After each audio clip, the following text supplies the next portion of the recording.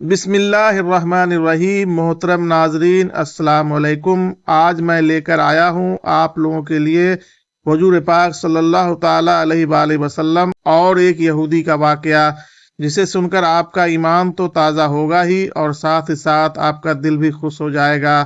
محترم ناظرین، آپ اس ویڈیو کو آخر تک ضرور دیکھیں اور اسے سبسکرائب کرنا نہ بھولیں اور ساتھ میں دیے ہوئے بیل آئیکن بٹن کو بھی دبا دیں تاکہ آنے والے ویڈیو کی نوٹیفیکیشن آپ لوگوں تک پہنچتی رہے۔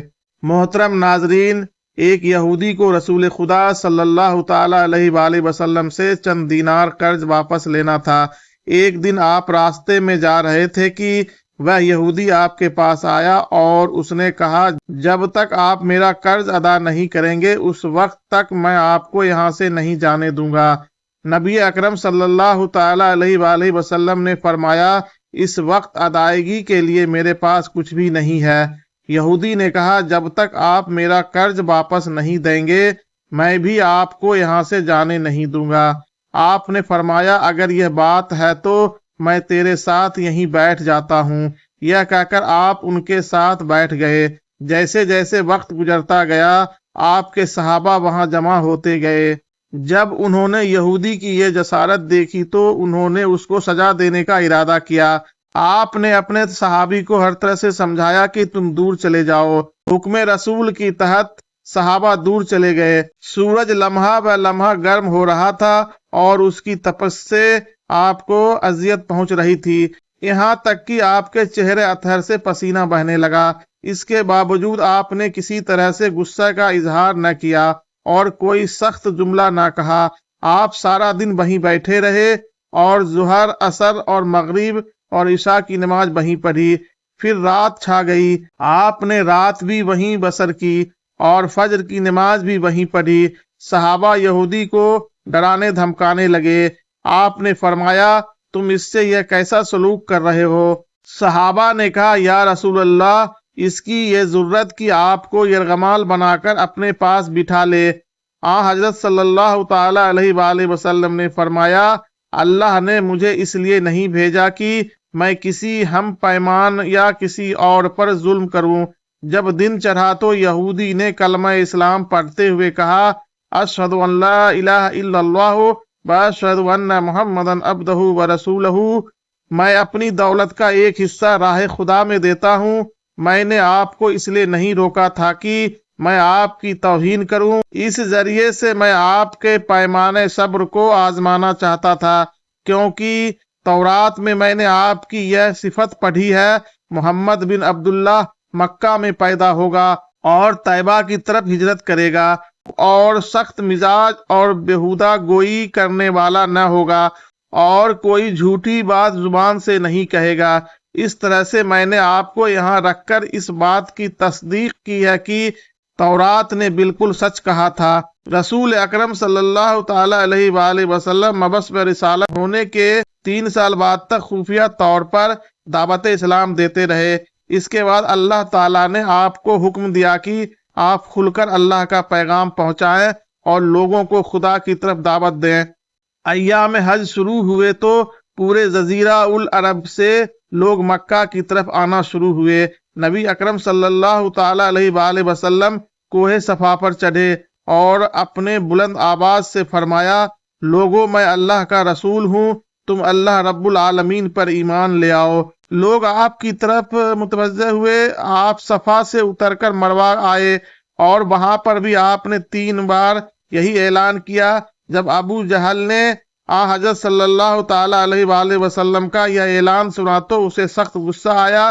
اس نے زمین سے ایک پتھر اٹھا کر آپ کی پیشانی پر مارا، جس سے آپ کی پیشانی زخمی ہو گئی، خون بہنے لگا اور آپ کا پورا چہرہ لہو لہان ہو گیا۔ اس کے بعد تمام مشرکین آپ کو پتھر مارنے لگے۔ نبی اکرم صلی اللہ تعالی علیہ وآلہ وسلم مجبور ہو کر کوہ ابو قبیس پر چڑھ گئے اور ایک چٹان کے پیچھے جا کر چھپ گئے۔ مشرکین نے بھی آپ کا تعاقب کیا لیکن آپ انہیں کہیں دکھائی نہ دیے۔ ناکام اور نامراد ہو کر انہیں واپس آنا پڑا۔ اسی اثنا میں ایک شخص نے حضرت علی رضی اللہ تعالی عنہ کو اس واقعے کی اطلاع دی اور کہا کہ میرا خیال یہ ہے کہ محمد مارے جا چکے ہیں۔ نعوذ باللہ۔ یہ سن کر حضرت علی رضی اللہ تعالی عنہ کو شدید دکھ ہوا اور آپ ام المومنین حضرت خدیجہ رضی اللہ تعالی عنہ کے پاس آئے اور ان سے کہا، میں نے سنا ہے کہ مشرکین نے رسول خدا صلی اللہ تعالی علیہ وآلہ وسلم پر سنگ باری کی ہے اور بعض لوگوں کا گمان ہے کہ نبی اکرم شہید ہو گئے ہیں۔ آپ روٹی پانی اٹھائیں اور میرے ساتھ انہیں تلاش کرنے کے لیے چلیں۔ ممکن ہے کہ ہمیں ان کا کہیں نشان مل جائے۔ آپ وادی پر نظر رکھیں اور میں پہاڑ کے دامن میں آپ صلی اللہ تعالی علیہ وآلہ وسلم کو تلاش کرتا ہوں۔ آپ روتے ہوئے آگے بڑھے اور آپ کہہ رہے تھے، یا رسول اللہ، ہمیں جواب دیں، آپ کہاں ہیں؟ میری روح آپ پر قربان۔ آپ کس وادی میں بھوکے پیاسے ہیں؟ آپ نے مجھے اپنے ساتھ کیوں نہ لیا تھا؟ حضرت خدیجہ رو رو کر فریاد کر رہی تھی، کوئی ہے جو نبی مصطفیٰ کی مجھے خبر دے؟ کیا کسی نے انہیں دیکھا ہے جو مجھے ان کے مطابق بتلائے؟ اس وقت جبرائیل امین علیہ السلام رسول خدا صلی اللہ تعالی علیہ وآلہ وسلم پر نازل ہوئے۔ ان کے پیچھے ملائکہ کی بہت سی صفیں تھی۔ انہوں نے حضرت صلی اللہ تعالی علیہ وآلہ وسلم سے کہا، خدا بند جبار نے ہمیں آپ کے فرمان کی تعمیل کے لیے بھیجا ہے۔ اگر آپ چاہیں تو ہم اس قوم کو تباہ کر دیں گے اور ان کا دنیا میں کہیں نام و نشان تک دکھائی نہ دے گا۔ رحمت للعالمین نے فرمایا، میں نبی رحمت بنا کر بھیجا گیا ہوں، میں عذاب اور انتقام کا حامی نہیں ہوں۔ پروردگار میری قوم کو معاف کر دے، وہ مجھے جانتے نہیں ہے۔ جبرائیل امین علیہ السلام نے حضرت صلی اللہ تعالی علیہ وآلہ وسلم سے کہا، خدیجہ رضی اللہ تعالی عنہ آپ کو تلاش کر رہی ہیں۔ خدیجہ کے رونے سے آسمان کے فرشتوں کو رلا دیا ہے۔ آپ انہیں جواب دیں، خدا کی طرف سے اور ہماری طرف سے انہیں سلام پہنچائیں اور انہیں جنت کی بشارت دیں۔ نبی اکرم صلی اللہ تعالی علیہ وآلہ وسلم نے خدیجہ اور علی کو صدا دی اور انہیں اپنے پاس بلا لیا۔ دونوں شخصیت آپ کی خدمت میں حاضر ہوئی۔ انہوں نے آپ کی پیشانی پر پٹی باندھی اور گھر لے آئے۔ اب مشرکین کو معلوم ہوا کہ نبی اکرم صلی اللہ تعالی علیہ وآلہ وسلم اپنے گھر آ چکے ہیں، تو انہوں نے گھر کا محاصرہ کر لیا اور سنگ باری شروع کر دی۔ حضرت علی رضی اللہ تعالی عنہ اور حضرت خدیجہ رضی اللہ تعالی عنہ آپ کا دفاعی میں معمولی وقفہ ہوا تو حضرت خدیجہ گھر سے نکلی اور انہوں نے چیخ کر کہا، فرزندان قریش، کیا تم سے حیا رخصت ہو گئی ہے؟ تم اپنے قبیلے کی معزز اور محترم خاتون کے گھر پر سنگ باری کرنے لگے ہو۔